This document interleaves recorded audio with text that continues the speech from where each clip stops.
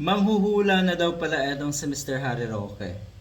Harry Roque, wala nang attorney na title dahil malapit na daw na madisbar etong mokong na ito. Na ngayon, patuloy pa rin po ang pagkakalat ng kasinungalingan sa kanyang social media account. Nagmamarunong, bistado ka na, nakahanap ng katapat etong mokong na ito sa kongreso. Inakala niya siguro na kaya niya lahat. Simple lang ang inaabot. Dahil hindi na nga kinaya, nagtago na lang. Akala siguro talaga malulusutan niya. At siguro talaga nagulat siya na sobrang gagaling ng mga miyembro ng Quadcom na gumisa dito kay Mr. Harry Roque. Bakit ko sinabing manghuhula etong damuhong to? Damuhang to. Manghuhula dahil kuno ay nakikinikinita niya na posibleng magdeklara ng martial law etong si PBBM. Talaga ba? May utak din tong lokong to. Kung tutuusin, may dunong to eh. Pero bakit ganito? Ba't po kayo nagbobobobohan? Bakit po kayo nagpapakatanga? Diba? Magaling to ha. Kung tutuusin, may dunong talaga to. Sadya lamang na meron talaga tayong makakatapat.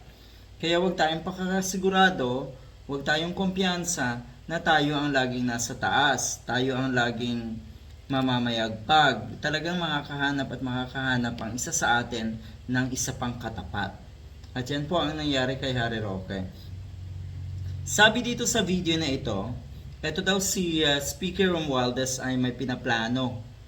May gagawin daw para pigilan nga itong rally ng mga kuno ay sumusuporta sa or kay Sara Duterte. Pero ang totoo niyan, itong INC rally na ito, ang sinusuportahan na ito ay yung no impeachment na panawagan ni PBBM. So hindi talaga ito hindi talaga masasabing rally ito para suportahan si Sara Duterte. Kahibangan lang yan ng mga diehard. Pero kung sakaling doon nga pupunta, mukhang hindi kasi magiging successful itong rally na ito eh. Nakikinikinita siguro na itong si Harry Roque. Kaya ngayon pa lang, nagdadahilan na o gumagawa na ng rason, nagtuturo na ng ibang tao, naninisi na, habang wala pa man din ang rally dahil ayaw na namang mapahiya na itong mga ito.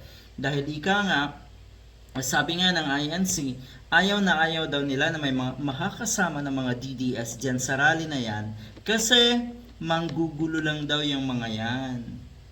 At ang plano nga ay posibleng gawin na lang na pribado etong rally na ito. At dahil dyan, kahihiyan na naman po ng mga DDS. Dahil una na nga pong inangkin na itong mga ulupong ni Digong na sa kanila yung rally na yan. Yan po ang nakikinikinita ko rin. Buweset ka Harry Roque, akala mo ikaw lang ang manghuhula. Nahuhulaan ko rin kung ano yung gusto mong ipakahulugan dito sa statement mo na ito. Nahuhulaan na rin namin kung ano yung mga ginagawa niyong kabulastugan at paotot sa mga susunod na araw. Kaya wala na kayong kawala. Good luck.